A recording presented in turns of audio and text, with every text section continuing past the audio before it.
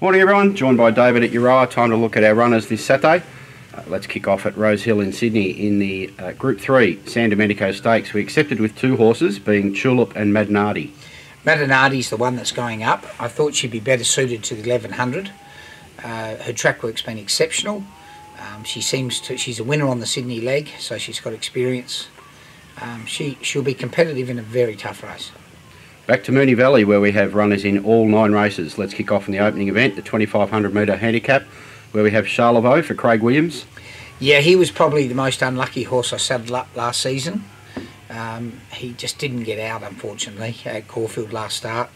But there's plenty of horse left, and I'm sure he'll run well. Race 2 is the 1200 metres for mares.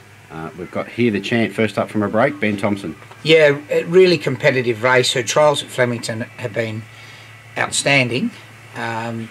She's a good each-way chance. I've got a lot of respect for Marius. I happened to be in the trial at Cranbourne where she dominated with D. Oliver on. So our filly's a nice each-way chance. Race 3, the Johnny Walker Plate over 1200 metres for 3-year-olds. We've mentioned Medina, he's going to run in Sydney. So we're left with Tulip in Melbourne. Yes, Tulip will run in Melbourne. Her trial form's been exceptional, putting a line through formality and catchy. So I expect her to, she's a winner at the track, and I think she'll love the distance. Race 4 is the Randvet Handicap over the mile. We've got Sin to Win, Dwayne Dunn. Yeah, he did a really good debut at Flemington. He's a green horse that'll improve. We've put the winkers on him, and I think that'll sharpen him up a little bit. I'm expecting a good showing there.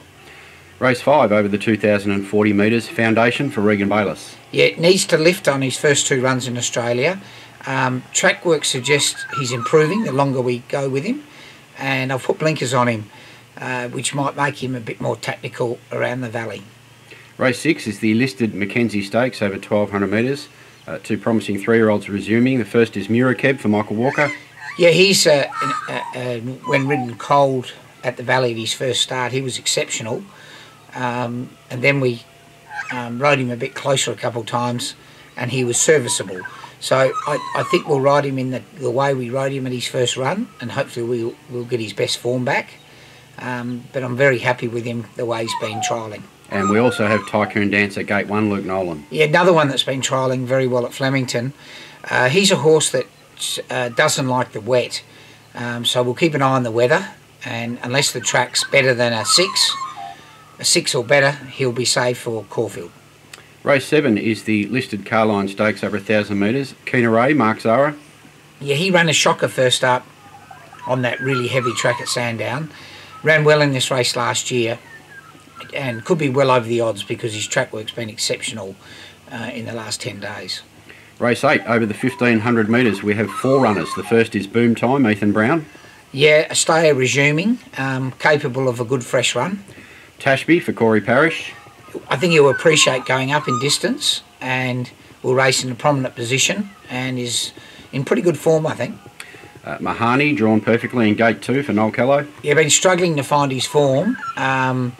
But I thought around the valley where some of his best runs have been, he could improve. And Harlow Gold first up from break, Regan Bayliss. Yeah, she's come back off running second in the VRC Oaks. Really nice stayer. She's getting trained to try and peak for a race called the Naturalism, which is a Caulfield Cup qualifier. So look for her running on with the white face late in this race.